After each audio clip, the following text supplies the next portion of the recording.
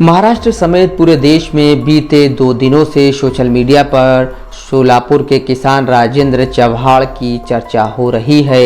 चर्चा की वजह यह है कि मंडी में 512 किलो प्याज बेचने के बाद भी उन्हें केवल 2 रुपये का चेक मिला और उसे कैश कराने के लिए भी उन्हें कुछ दिन बाद मंडी में आना होगा।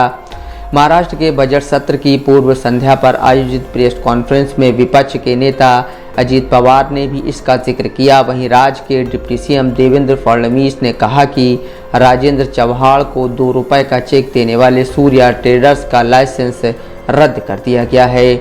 बजट सत्र की पूर्व संध्या पर पत्रकारों से बातचीत करते हुए फडणवीस ने कहा, राजेंद्र चव्हाण ने 512 किलो प्याज बेचा। कीमत ऊपर और नीचे जाती है लेकिन उन्हें 2 रुपये मिले। परिवहन लागत काट ली गई, ऐसा नहीं होना चाहिए था। सूर्या ट्रेडर्स का लाइसेंस रद्द कर दिया गया है।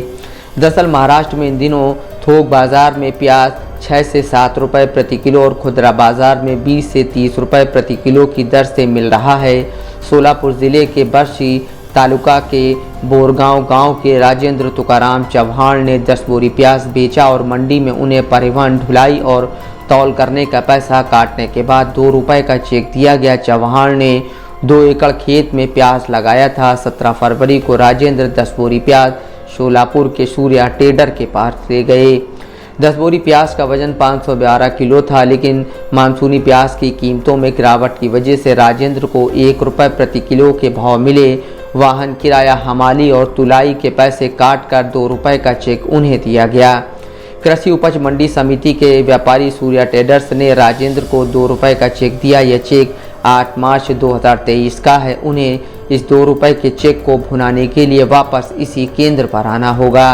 राजेंद्र चव्हाण को एक कारोबारी से महज 2 रुपये का चेक मिलने की खबर और उससे जुड़ी तस्वीरें हर तरफ वायरल हो रही हैं। राजेंद्र चव्हाण का इस बारे में कहना है, मैंने जो प्याज भेजा था वह नंबर 1 क्वालिटी का था। मुझे उम्मीद थी कि यह 8 से 10 रुपये प्रति किलो के भाव में बिकेगा, लेकिन वास्तव में मुझे प्रति किलो 1 ही रुपये का भाव मिला। इससे मेरा खर्चा नहीं निकला। मुझे इस बात का बहुत दुख हुआ है।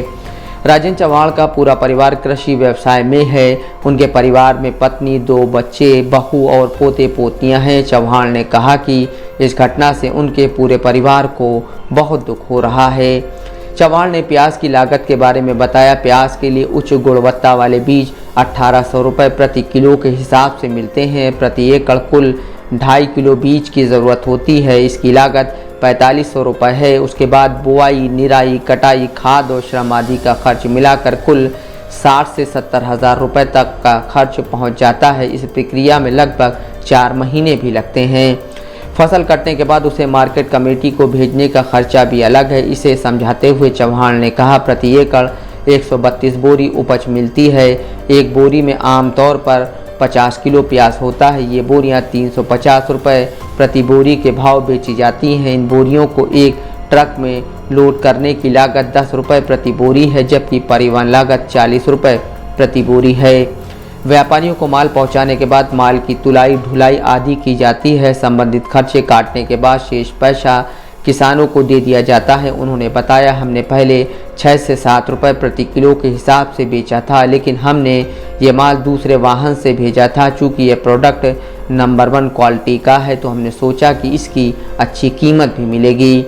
चव्हाण कहते हैं, यदि हमें पता होता कि हमें यह कीमत मिलेगी तो हम इसे खेत में ही सड़ने के लिए छोड़ देते। इससे हमें भारी नुकसान हुआ है। राजेंद्र चव्हाण की मांग है कि ऐसी हालत में सब्सिडी देकर किसानों की मदद करनी चाहिए। किसानों के संगठन स्वाभिमानी शेतकर संगठन के प्रमुख राजू शेट्टी कहते हैं, देखिए राजेंद्र तुकाराम चव्हाण को सोलापुर मार्केट कमेटी में 10 बोरी प्याज बेचने पर कितना पैसा मिला। बेशर्म व्यापारी को 2 रुपये का चेक देने में शर्म कैसे नहीं आई। सरकारों को शर्म नहीं आ रही है। ऐसी हालत में किसान कैसे रहेगा बताइए। बाजार में प्याज का दाम कम होने से आम उपभोक्ताओं को फ़ायदा ज़रूर हो रहा है, लेकिन किसान की आंखों से आंसू निकल रहे हैं। Bureau report, Dastak live news.